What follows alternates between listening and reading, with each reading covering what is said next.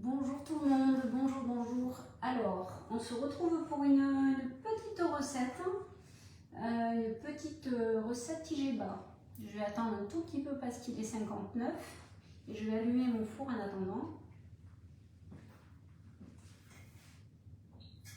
Alors, on avait dit 150.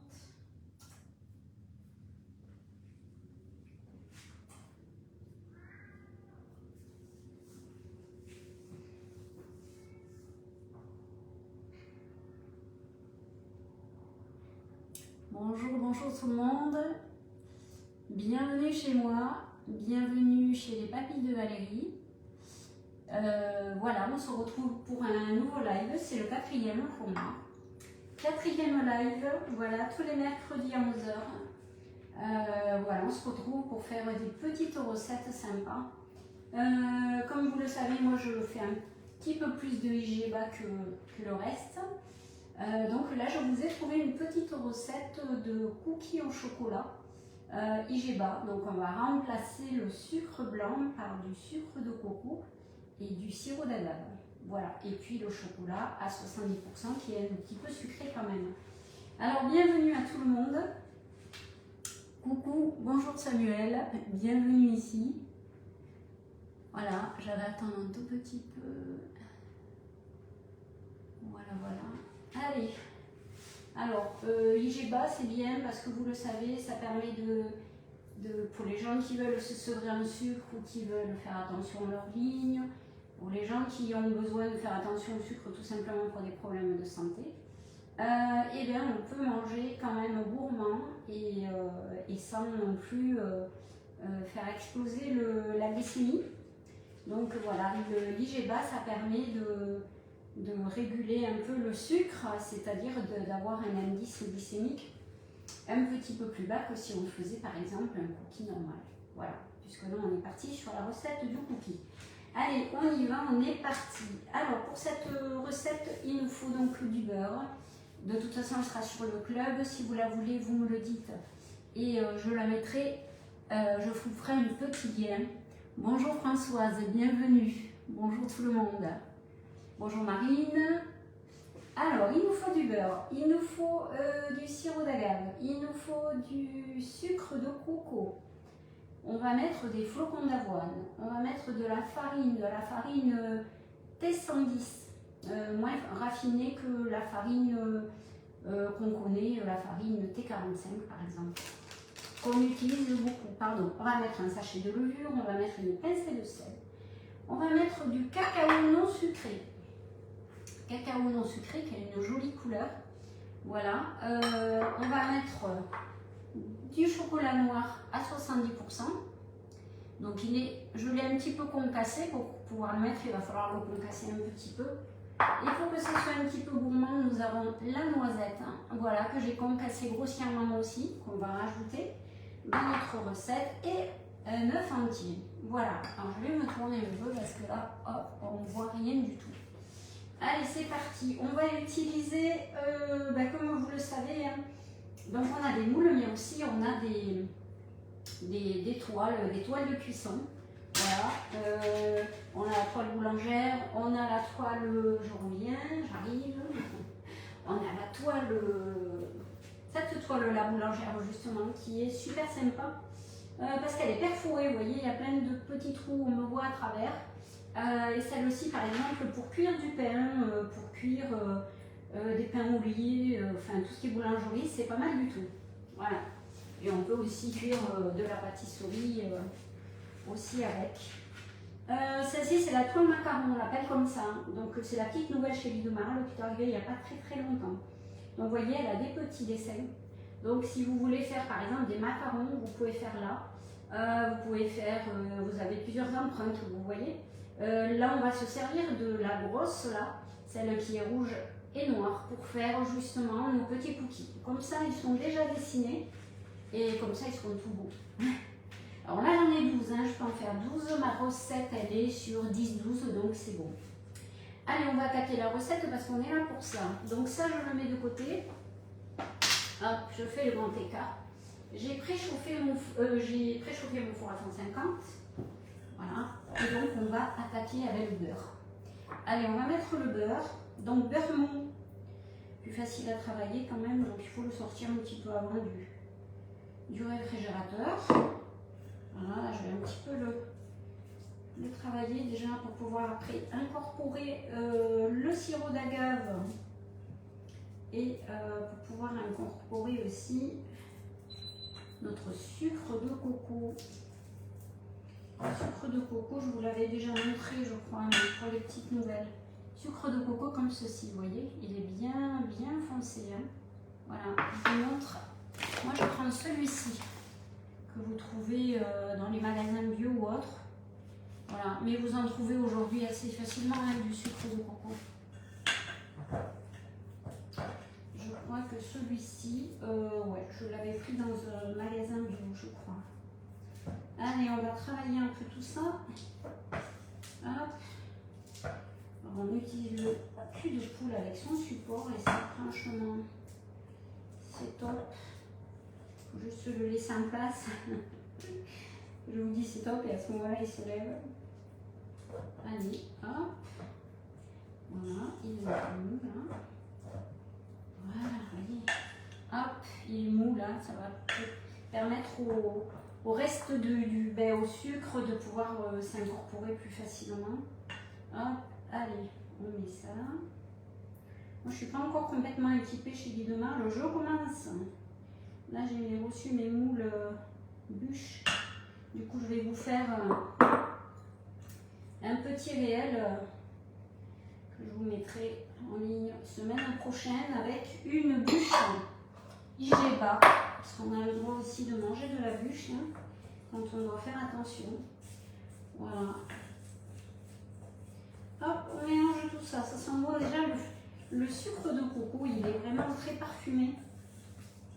Il a une petite odeur, je ne sais pas trop dire, un peu caramel comme ça, hein, ou un peu vanille, je ne sais pas. Un peu des deux comme ça. Voilà. On incorpore ça. C'est vrai que c'est agréable. Après, en goût, mélanger dans une recette, bon, je pense qu'il passe, hein, on ne sent pas non plus. Vous dites, ceux qui n'aiment pas le caramel, vous dites pas, ou la vanille. Moi, je ne vais pas l'utiliser parce qu'il va avoir ce goût, c'est juste sous l'odeur. Hein. Après, mélanger, ça passe très bien. Allez, je nettoie ma spatule. Hop. Et on va rajouter. Alors, je crois qu'après, c'est flocon d'avoine. Allez. Ça, on va le mettre là. Alors ensuite, qu'est-ce qu'on fait? Ensuite, on a mélangé donc le beurre, le sucre de coco et notre sirop d'agave. On va rajouter notre œuf, l'œuf entier. Hop. L'œuf. Ça, c'est des œufs bio que je vais chercher au marché chez Alexis. Voilà, le marché d'Escalquins pour moi, si vous êtes dans la région. N'hésitez pas. Allez le voir, il a des poulets bio, des pâtés de poulet super bon. Moi, j'avais jamais goûté, je trouve ça super bon. Allez, on mélange notre œuf. Voilà. On mélange. On va peut-être y aller. Voilà. Alors l'œuf, il va permettre de lier tout ça. Je ne sais pas si je ne vais pas me servir de ça, parce que là, ça glisse un peu dans mon... Hop. Ah ben bon. Quand on a le matériel qu'il faut, on s'embête moins. Allez, on mélange. Et ensuite, on va rajouter la farine. Hop. Ça, c'est pour vraiment les amateurs de chocolat.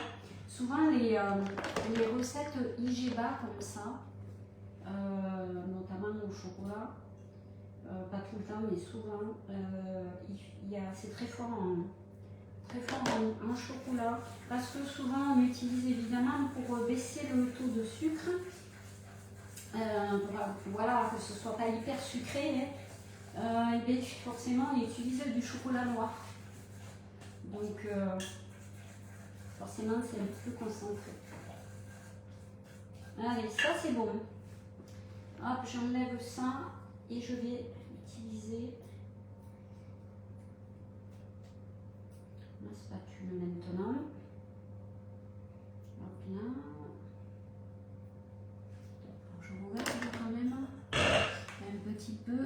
Bonjour Sylvie qui vient de nous rejoindre. Bonjour tout le monde. Allez, on est parti. Qu'est-ce qu'on fait après? Parce que moi je me suis fait une petite note parce que sinon après, en plus ce matin c'était un peu compliqué au réveil. Voilà, il y a des matins un peu comme ça. Donc on va incorporer la farine, le cacao, donc cacao sans sucre. Là, je vais mettre le cacao en premier. Cacao, farine, flocons d'avoine, levure. Ça va nous faire une pâte à cookies comme on la connaît. Hein. Voilà, le beurre va faire le boulot. Hop, ça va bien se mélanger tout ça. Ah, déjà là, le beurre, l'œuf. Allez. Je vous montre après hein, ce que ça donne. Comme ça, vous voyez. Ouais, je vais tester du coup cette petite recette de bûche Igeba. Et j'ai une recette de tiramisu aussi Igeba. Ça, c'est intéressant par contre. Parce que c'est vrai qu'il y a quand même beaucoup de gens qui aiment ce dessert-là. Et si on peut le manger et qu'il soit moins sucré, c'est pas mal. Après, souvent, j'ai vu dans les recettes Igeba aussi, il y a moins de sucre, ça c'est sûr. Mais souvent, c'est compensé un peu par trop de gras. Et donc, je fais attention aussi à ça parce que si on mange moins de sucre, c'est bien. Mais si on mange beaucoup de gras, ouais, c'est pas toujours super quoi. Surtout si on veut faire attention. Voilà. Si on veut faire attention, la saline, tout ça. Voilà. Allez, je vous montre, je vais vous montrer, c'est joli. Hop, ça c'est du chocolat. Voilà, ça donne une belle couleur de chocolat. Ça sent bon, hein? Peut-être un jour ils vont nous faire une espèce de technologie, là, je ne sais pas comment le dire, pour qu'on puisse avoir les odeurs. On fera des lives et puis on aura l'odeur. Ça sera génial. Enfin vous, parce que moi je l'ai. Allez, on va rajouter les flocons d'avoine. Hop, ils sont là. De mémoire, je crois que j'en ai 30 grammes. Je vérifie.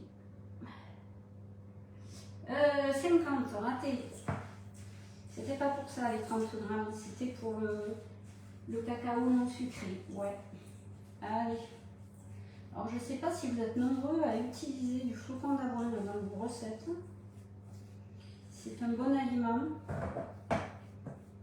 En plus, il est très bon pour la flore intestinale. Voilà, ça c'est pas mal. Ça aide bien. C'est rassasiant parce que ça cale. Hein. Quand on le mange, c'est vrai qu'après, dans les recettes, on n'a plus faim. Alors là, flocons d'avoine plus la farine T110, à mon avis, ça va bien caler. Hein. Quand on aura mangé 2 cookies, on n'aura plus faim. Alors ça c'est pareil, le cookie on peut le manger, alors on dit c'est pas forcément un goûter, alors on peut le manger en goûter, on peut le manger au café, on peut le manger au petit déjeuner le matin, voilà. Et si on a envie de le manger après le repas on peut aussi. Et voilà, ça avec les flocons d'avoine, vous voyez il y a des petits points comme ça, c'est super sympa. Allez, on va mettre la farine T110, farine de blé T110, parce qu'on peut avoir aussi de la farine d'épeautre T110, là c'est de la farine de blé.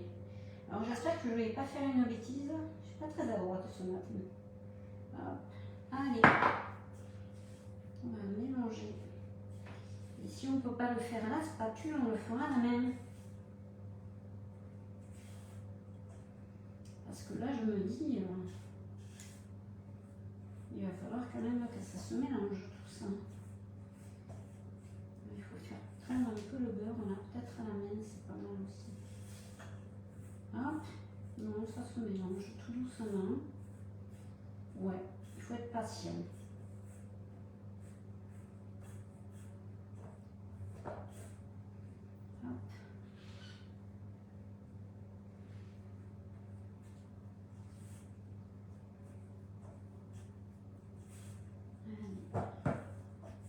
J'ai fait du pain à l'épeautre. Donc j'ai fait du pain avec la farine de grande épeautre parce qu'elle a un petit peu, elle a plus de gluten que le petit épeautre. Donc on l'utilise plus pour la boulangerie en fait. La farine de grande épeautre. La petite épeautre on l'utilise plus pour faire des biscuits, des choses comme ça. Voilà. C'était super bon. Il était très bon ce pain, il s'est bien conservé puisque nous on l'a fait, on l'a mangé parce que c'était un gros pain. Il y avait quand même 600 grammes de farine et on l'a mangé, on n'est que deux. Donc souvent on n'est que deux. Et donc on l'a mangé sur 4-5 jours et il s'est conservé très très bien. Allez, je vais finir à la main. Parce que là, ça fait une pâte maintenant qui n'est pas complètement homogène. Là, il faudrait que je travaille un peu. Voilà, hop. Alors moi qui ne fais pas beaucoup de pâtisserie, il faut quand même savoir que là, je vous ai fait pas mal de pâtisserie depuis que j'ai commencé mes lives. Et je suis pas très... c'est pas mon truc en fait, le sucré. Moi, c'est pas que j'aime pas. C'est que c'est quelque chose que je ne travaille pas forcément. Alors on le fait avec les mains. Et ouais, c'est vrai que je suis plutôt salée. Parce que je trouve que le sucré, c'est un peu plus technique. Il faut peser plus, il ne faut pas quand même faire n'importe quoi. Sinon, ça peut être vite raté. Et donc, c'est vrai que là, c'est une épreuve. Ah, j'en ai mis à côté éteint. Voilà, ça colle, hein, mais c'est bien, il faut. Voilà, ça colle un peu. J'aurais pu enlever mes belles, ça aurait été plus intelligent. Ah, c'est pas grave, on va essayer de ne pas les mettre dans la pâte. Sinon, on nettoiera tout ça. Allez, alors ce qu'on va faire, c'est que je vais prendre ma toile boulangère et je vais travailler le reste de la pâte dessus. Comme ça sera plus sympa. Hop, ça colle bien avec le beurre là et le sucre. Voilà, comme ça je vais pouvoir rajouter. Je me lave les mains, j'arrive. Allez.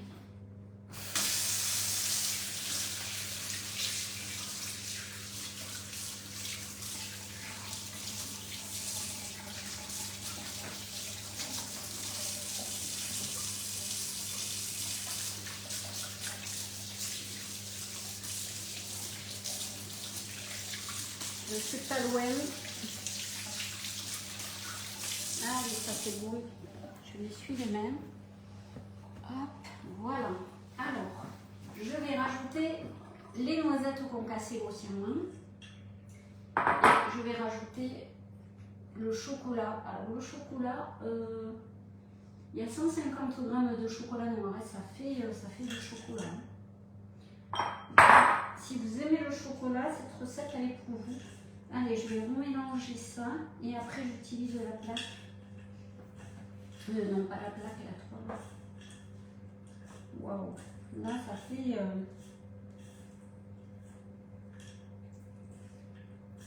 joli. On a toutes les couleurs là qui se mélangent avec la noisette, le chocolat, la pâte. Voilà. Allez, je vais prendre ma toile. Hop, regardez. On va la travailler un peu, bien sûr. Hop. Je prends cette toile là. Je me nettoie après, ce n'est pas grave.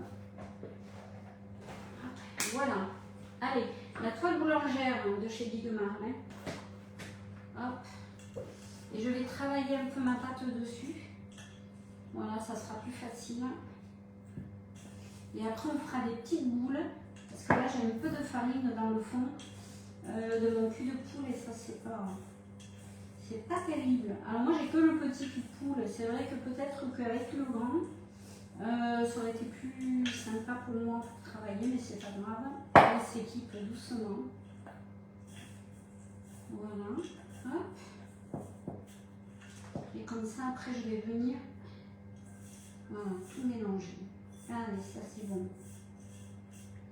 Hop, je vais vous enlever ça de devant parce que vous n'allez pas me voir. Sinon, je vais travailler juste un peu là. Voilà. Là, c'est bon. Allez, j'enlève ça.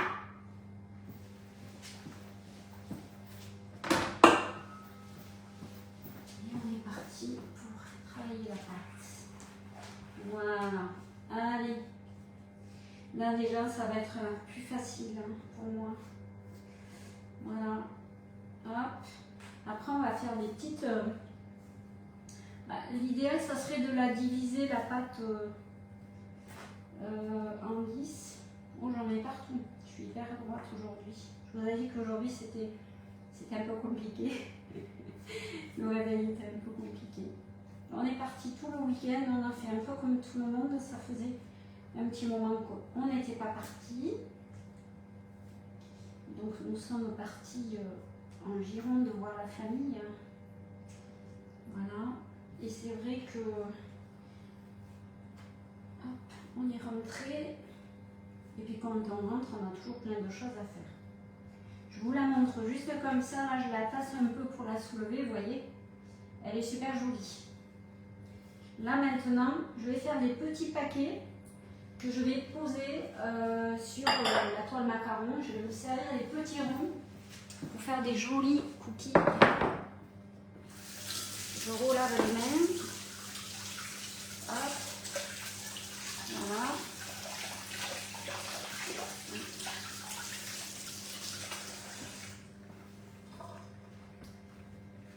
J'enlève les bagues, j'en profite. Voilà. Il n'y a plus qu'à les laver, j'aurais pu le faire avant. Je n'y ai pas pensé. Allez, voilà. Allez, on prend notre toile macaron. Ça, je vous la conseille, elle est vraiment bien. En plus, en ce moment, elle est en promotion. Hein. Donc, n'hésitez pas. Et là, on va faire de la place. Déjà, je vais la mettre ici. Vous me voyez tout bien comme il faut. Hop, si vous ne me voyez pas, moi, c'est pas grave. Allez, je prends un petit peu de pâte. Voilà. Ça, je l'enlève aussi. C'est pas trop joli. Alors, il ne faut pas que ça soit trop fait. Je crois qu'il me l'avait mis 4 cm de diamètre. Voilà. Donc, on pose. On appuie. Après, je vous montre. Hein. Voilà. On essaye qu'il soit joli un peu. Hop. Voilà. Regardez. C'est sympa. Là, vous ne pouvez pas vous tromper avec la toile. Bon, après, si vous ne l'avez pas, vous pouvez le faire autrement, bien évidemment. Alors, vous voyez les petits points blancs, là, c'est les flocons d'avoine qu'on voit. C'est pas la farine qui n'est pas bien mélangée. Hop, on appuie un peu. Et pareil, on fait l'autre à côté. On a les petits ronds. Voilà. C'est assez facile à faire. Alors, il y a une autre recette que je ne vous ferai pas de suite parce que je ne vais pas vous faire que des cookies quand même. Après, il y a des amateurs de cookies. Ça se garde aussi, les cookies. Si vous avez ou un B-Save, vous les mettez sous B-Save et là, c'est parfait. Hop. Si vous n'avez pas de B-Save mais que vous avez une petite boîte hermétique, il y a des boîtes à gâteaux qui existent, qui sont super jolies en plus. Moi, je sais qu'une fois, on m'avait offert des gâteaux à Noël. Et j'avais gardé la boîte après parce que c'était, vous savez, ça fait un peu vieille image, enfin, des images anciennes, je dirais. C'était super joli. Bon, là, c'était sur le thème de Noël, mais c'était super beau. Du coup, je l'ai gardé. Et elle est hermétique en plus, donc ça, Elle ferme vraiment super bien. Allez, hop. Donc voilà, vous pouvez les conserver un moment quand même. Après, si vous êtes gourmand, ils vont pas se garder longtemps. Ils vont vite partir. Chez nous, je pense qu'ils vont partir assez vite. Bah, déjà, moi, je vais en prendre quelques-uns pour le petit-déj. Pour le petit déjeuner, c'est sympa. Allez, hop. Alors, si jamais je vois qu'ils sont un peu trop épais, je reprendrai un peu de pâte de ce que j'ai fait. Voilà.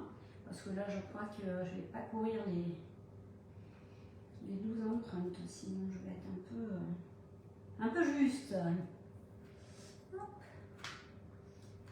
Sinon, après, ça va faire des gros cookies là, bien bourratifs. Celui-là, je pense qu'il est un peu... je me suis emballée sur celui-là. Hop, voilà. Ah, c'est mieux déjà. Hop. Parce que je pense qu'en bouche, ils doivent être... quoique, ça dépend. Avec les flocons d'avoine, voilà, parce que je me disais peut-être que...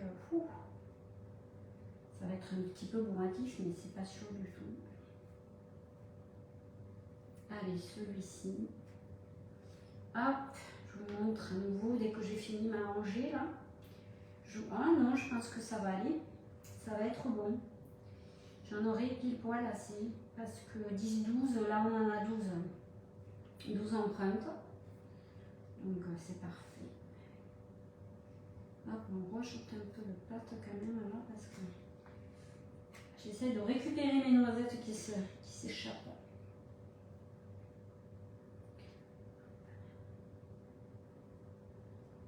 Voilà, ça.